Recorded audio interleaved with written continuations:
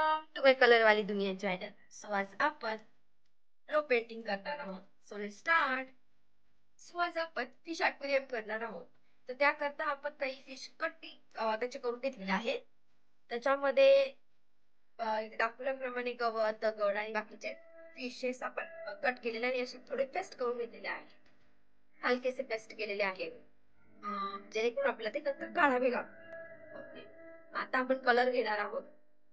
आणि याच्यामध्ये थोडे लिक्विड जास्त असायला पाहिजे त्याच्यामध्ये, कारण आपण लो पेंटिंग म्हटल्यानंतर आपण ते स्ट्रॉने असं तर मारणार आहोत की जेणेकरून ते स्प्रेड होतील. अशा टाईपने सगळे आपण टिपे ठेवून घेणार आहोत आणि एक स्ट्रॉ घ्यायची आहे आणि त्या स्ट्रॉने आपण सगळीकडून मारून घ्यायची आहे.